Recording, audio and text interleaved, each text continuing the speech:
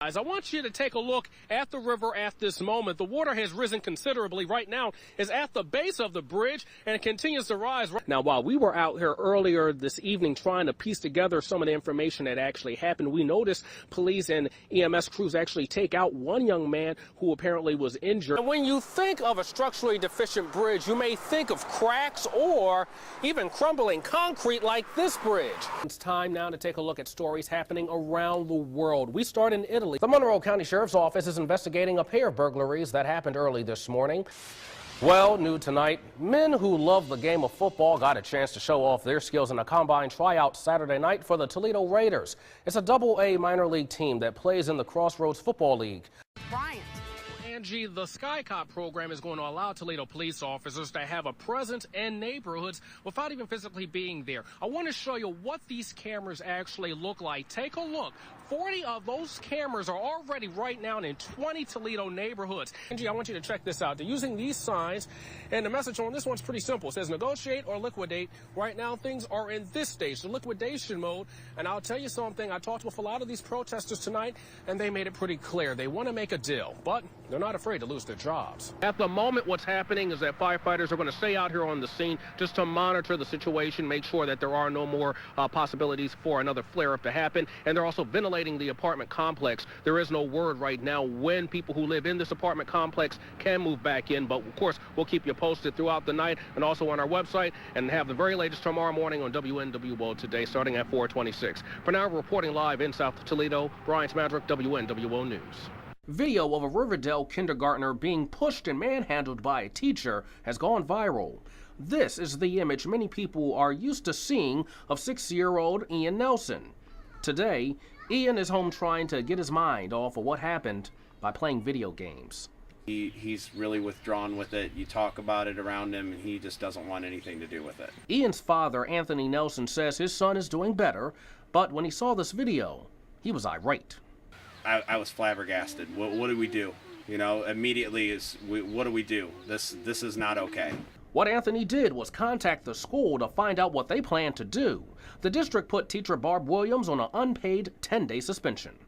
A 10-day suspension isn't good enough. I mean, a bully is a bully. It should be treated the same way. I mean, it's zero tolerance, should be zero tolerance to a teacher or a student. According to Riverdale local schools, Williams is a 14-year district veteran with no past issues. A lot of parents request her for kindergarten. She's one on the list. You know, parents sometimes say they'd like to have this teacher or this teacher. In the past, she's always been requested, you know, at a very high rate.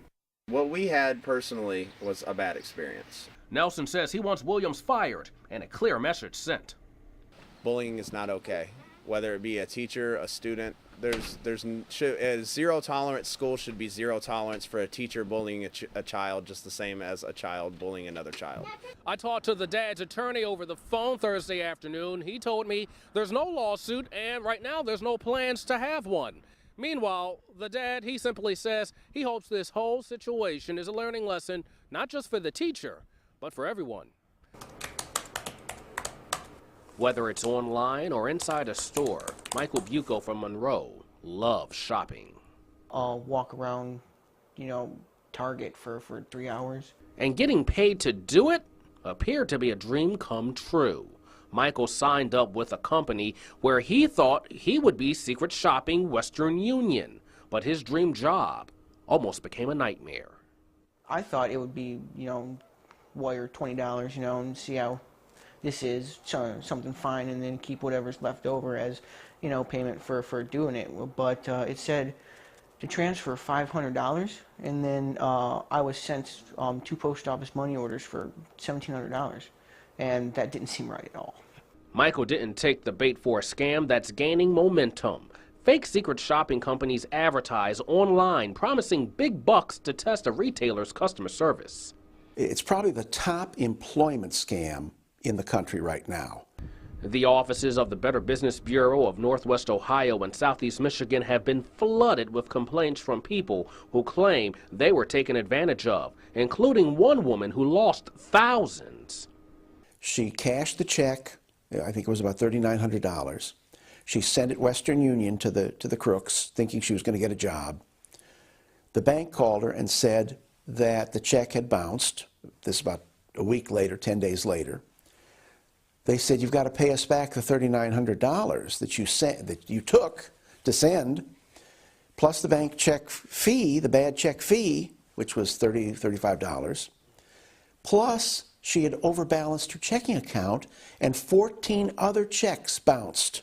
The Better Business Bureau supplied this letter from a fake secret shopping company. They say you need to look out for words printed in different colors. It could be an example of elements copied and pasted.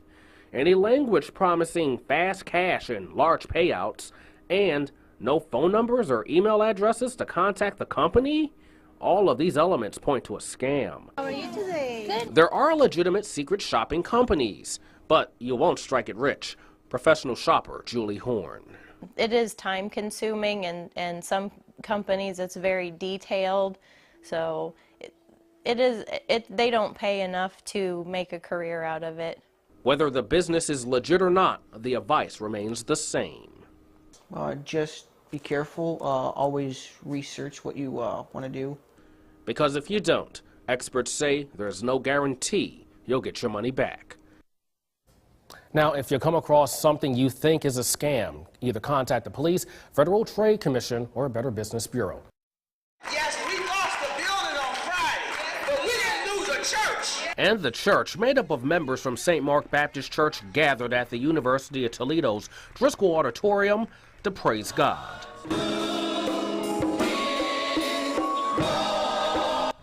On Friday, a fire destroyed the building they worshiped, but it did not destroy their faith.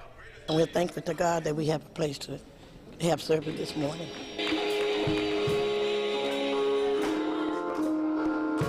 We have a very strong church family here, and we're very faithful, and I think it shows that we're all here today united as one family. And they're not alone. Community leaders showed up to give their support to the congregation as they try to figure out what to do next.